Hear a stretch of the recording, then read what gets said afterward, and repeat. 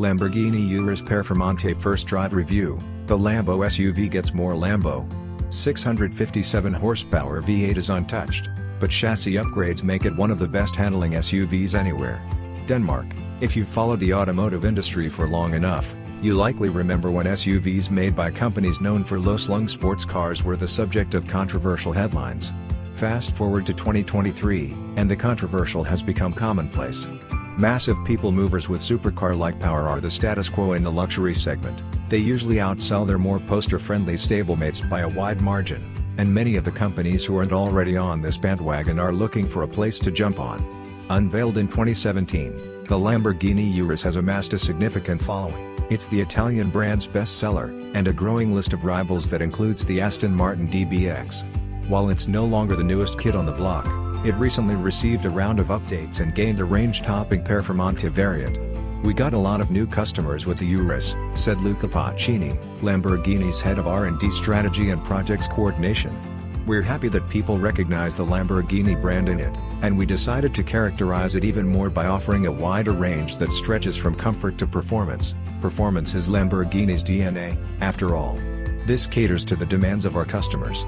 Releasing a sportier Urus makes perfect sense since sister company Bentley and rival Aston Martin both offer higher spec variants of their SUVs. Still, calling it Performante is a bold move because Lamborghini has historically reserved this nameplate for hardcore evolutions of its V10-powered models. It's not merely a marketing pirouette. The Pikes peak record-setting Urus Performante stands out from the Urus S with a specific body kit that includes a redesigned front splitter and a reasonably subtle roof-mounted spoiler. Lamborghini claims these updates contribute to a not insignificant 8% increase in downforce. Carbon fiber parts, like the vented hood, and a titanium exhaust system designed by Akrapovic help make the Performante about 104 pounds lighter than the Urus S, though it nonetheless tips the scale at approximately 4,740 pounds. Light? Well, yes, kind of. Although the Uber Urus weighs about twice as much as a new Mazda MX-5 Miata, none of the models it competes against qualify for the lightweight label. Aston's DBX 707 checks in at 4,940 pounds and every Bentayga variant weighs more than 5,000. Chassis changes are part of the Performante treatment as well.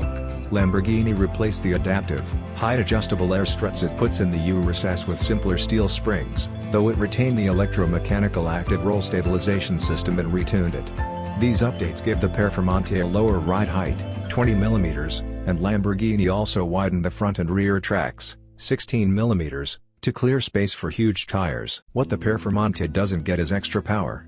It ships with the same 4.0-liter twin-turbocharged V8 found in the Urus S.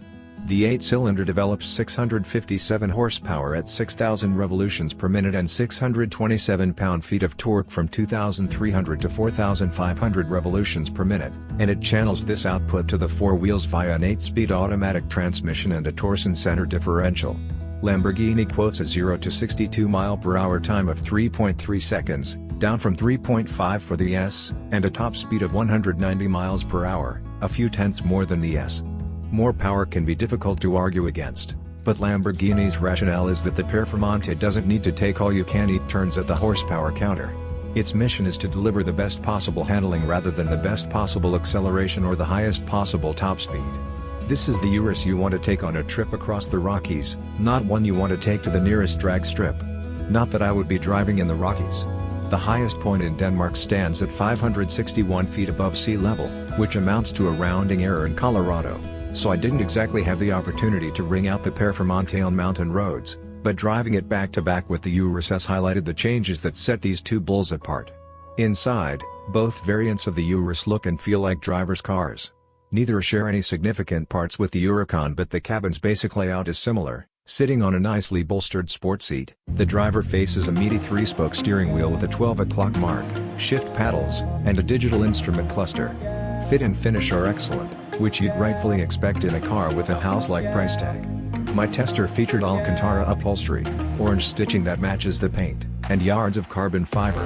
If that's not your cup of tea, there are thousands of ways to configure either Urus variant. Lift the red, fighter jet-inspired flap to push the ignition button, or, if your pinky is skinny enough, try to push the button through the hole in the flap, and the difference between the S and the Performante is audible.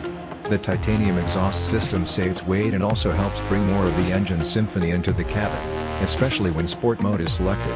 It's not overkill, we're not talking about a 25-year-old Econobox with a 4-inch exhaust, and it doesn't drone once you get moving. It sounds good, and it's an instant reminder of why many enthusiasts are fascinated by engines and the oily bits in them.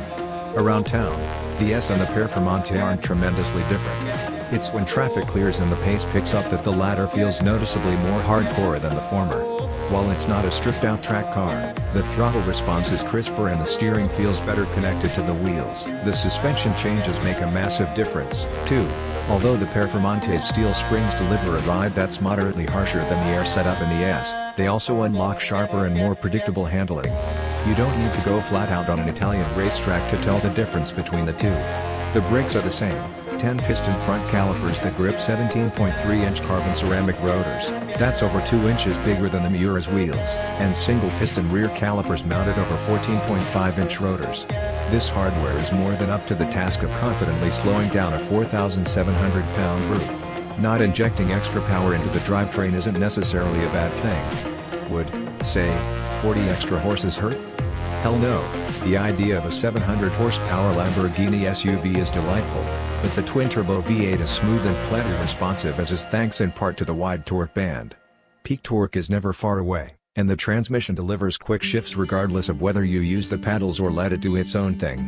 Besides, numbers don't tell the whole story. The two Urus variants look similar when compared on paper, but on the road, the Performante clearly sticks out as the enthusiast's choice. It's more driver-focused, and it behaves like the big-boned, family-friendly 5-seater sports car that it is. Trying out the Performante's specific rally mode on Denmark's network of public roads sounded unwise. It essentially allows the driver to kick the rear end out into a drift on loose surfaces. I bet it's a hoot. But I know the cost of a parking ticket in Denmark. Here's a hint, it ain't cheap, and I do not wish to discover the cost of a reckless driving conviction. But, the snow and ice that I encountered in the more rural parts of the country allowed me to put grip to the test. In spite of all the carbon fiber bits, the hunkered-down suspension, and the roaring exhaust, the Urus drives very much like a normal, all-wheel drive SUV on frozen roads, especially when it's riding on a top-notch set of snow tires. I used common sense and didn't worry about road conditions. I trusted that the various electronic driving aids would do their thing to keep the pointy front end pointed in the right direction, and they didn't frighten or fail me. Pricing is another one of the major differences between the two Urus flavors. Lamborghini charges about $230,000 for the S and around $261,000 for the Performante. In theory, you can buy the Urus S and a new Subaru BRZ and have a few grand left for a set of autocross tires. Whether this premium is worth it depends on where and how you drive. If you need a commuter, odds are you won't benefit from the spicy mix of a fixed steel suspension and extra aerodynamic bits.